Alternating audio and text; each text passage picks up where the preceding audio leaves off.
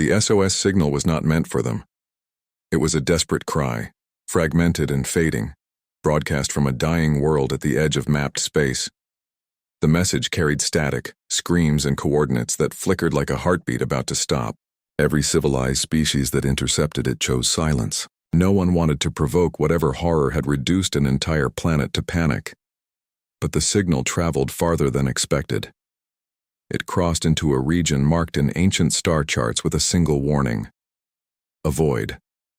The space beyond had no official name, only a reputation whispered in trade routes and military briefings alike.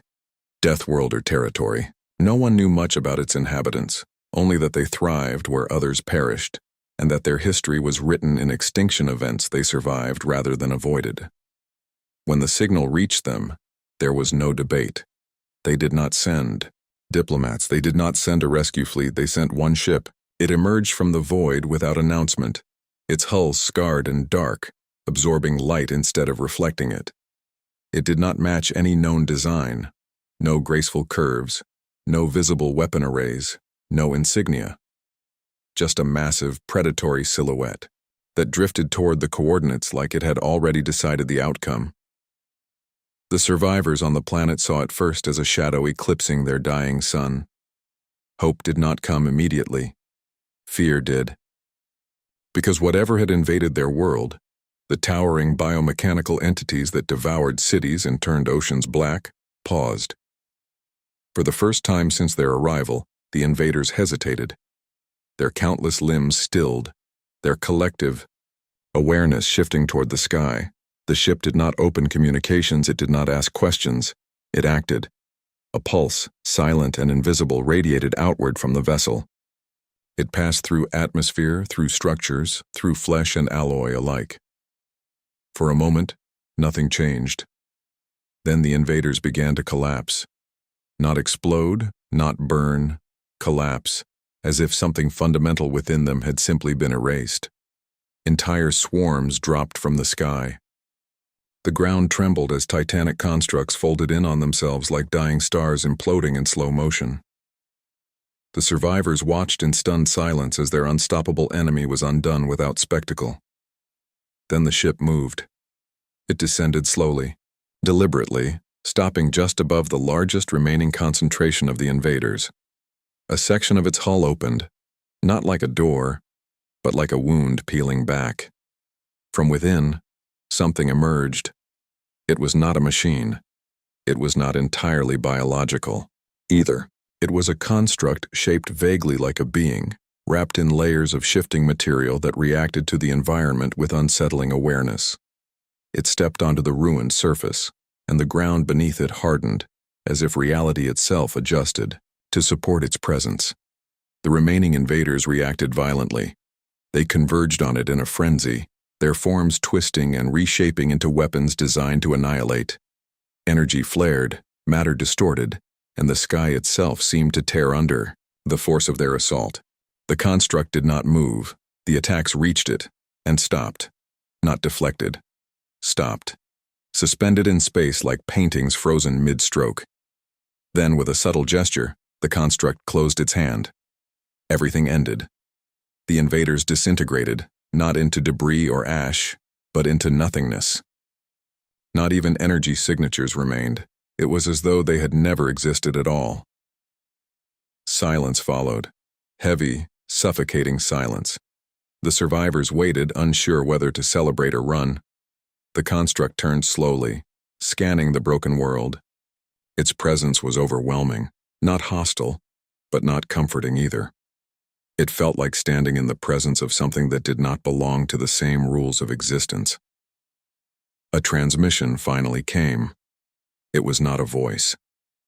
It was a statement, injected directly into every functioning system, every mind capable of understanding language. Threat neutralized. There was a pause, long enough to build unease. Then the second part came. Source identified. The stars above shifted, not physically but perceptually, as if something beyond sight had just been revealed.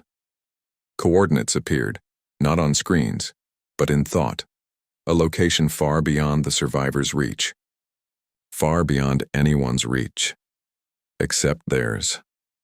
The ship began to rise. Panic spread among the survivors. This was not rescue. This was something else entirely. The beings who had answered their call had no interest in rebuilding, no concern for casualties, no intention of staying. They had not come to save. They had come to respond. As the ship ascended, the construct returned within, the hull sealing itself seamlessly. The vessel lingered for a moment longer, as if considering whether anything else required its attention. Then it vanished. No warp signature, no distortion, just gone. In its wake, the dying world remained, scarred, broken, but free. Days later, the story spread. Civilizations that had ignored the SOS now listened carefully. They analyzed the fragments, the data, the aftermath, and they all reached the same conclusion, though none dared to say it aloud. The Deathworlders had not sent a dangerous ship. They had sent a warning, and somewhere in the vast darkness between galaxies, something had just been marked for extinction. The coordinates the Deathworlders had left behind did not fade with time. They lingered in memory, embedded like a scar across every system that had received the transmission. Scientists tried to map them. Military leaders tried to ignore them. Neither succeeded. At first, it was dismissed as a psychological artifact, some kind of advanced communication imprint. But then ships began reporting anomalies when charting routes even remotely aligned with those coordinates. Instruments glitched. Navigation systems rewrote themselves. Some vessels simply refused to proceed, their onboard intelligences locking down as if obeying an unseen command. The message had not been a suggestion. It had been a boundary. Still, curiosity is a force not easily contained. A coalition of minor powers, those too small to fear consequences or too desperate to care, assembled a reconnaissance fleet. Their logic was simple. Whatever threat the Deathworlders had identified might already be weakened. Perhaps even destroyed. Perhaps exploitable.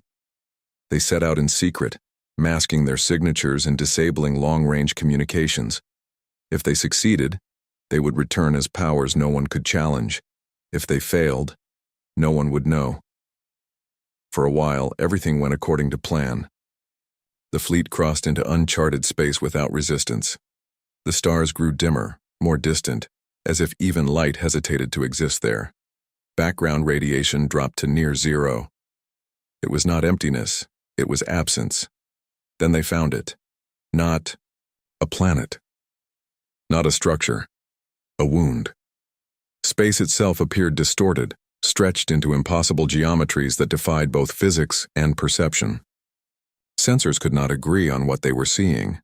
Some reported massive energy concentrations. Others reported nothing at all. At the center of it all, something moved. It was not visible in any conventional sense. It did not reflect light or emit detectable signals. But it was there, felt rather than seen, like pressure against the mind. Something vast, something ancient, something that did not belong. The fleet hesitated, and then the first ship disappeared. No explosion, no distress signal. One moment it existed, the next it was simply gone, erased so completely that even its data logs vanished from the network. Panic spread instantly. Orders were shouted, formations broke, and engines flared as ships attempted to retreat. But the space around them had changed. Distances no longer made sense. Directions looped back on themselves. Escape became a concept rather than a possibility. Another ship vanished. Then another. Whatever occupied that wound in reality had noticed them. Desperation led to weapons fire. Beams of energy, missiles, experimental warheads, everything they had was unleashed toward the unseen presence. The result was immediate and horrifying. The attacks did not miss. They were absorbed, and then returned. Not reflected. Returned. Each weapon reappeared within the fleet, detonating among the ships that had fired them. Explosions tore through formations, turning order into chaos. The survivors realized too late that they were not fighting something that could be harmed. They were fighting something that did not recognize harm. In the midst of the collapse, one ship managed to transmit a signal. It was brief, fragmented, but clear enough to carry meaning. We were wrong. The transmission cut abruptly. Silence followed. Days later, at the edge of that impossible region, something appeared. The same ship. The Deathworlder vessel returned, without fanfare, slipping into existence as if it had always been there. No escort, no hesitation. It moved directly toward the wound. This time it did not remain passive. The hull shifted, sections unfolding into configurations never seen before. Space around it began to distort, not chaotically, but with precision. Controlled, intentional. The wound reacted. The unseen presence stirred, its influence expanding outward in a wave that would have consumed entire systems. But before it could spread, the Deathworlder ship responded. Not with a weapon, with containment. A lattice of energy, no, something beyond energy, formed around the distortion, locking it in place. The impossible geometries began to stabilize, forced into a structure that reality could endure. For the first time, the thing within became visible, not fully, just enough. A shape that could not exist, folding in and out of dimensions, its form rewriting itself faster than perception could track. It was vast beyond comprehension, and it was aware, and for the first time, it resisted. The clash did not produce explosions or light. It produced absence. Regions of space blinked out of existence, then reappeared altered, as if rewritten by conflicting laws. Time itself seemed to stutter, moments repeating and collapsing unpredictably. Yet the Deathworlder ship held its ground. Slowly, relentlessly, it forced the entity back, compressing it, reducing its influence. Not destroying it, something like that could not be destroyed so easily, but containing it, isolating it, imprisoning it. The process took minutes, or centuries, no observer could tell. When it ended, the wound was gone.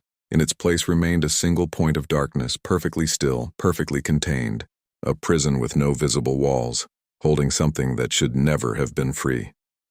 The Deathworlder ship lingered briefly, as if confirming the integrity of its work. Then, once again, it transmitted a message. Containment restored. A pause. Then, do not call again.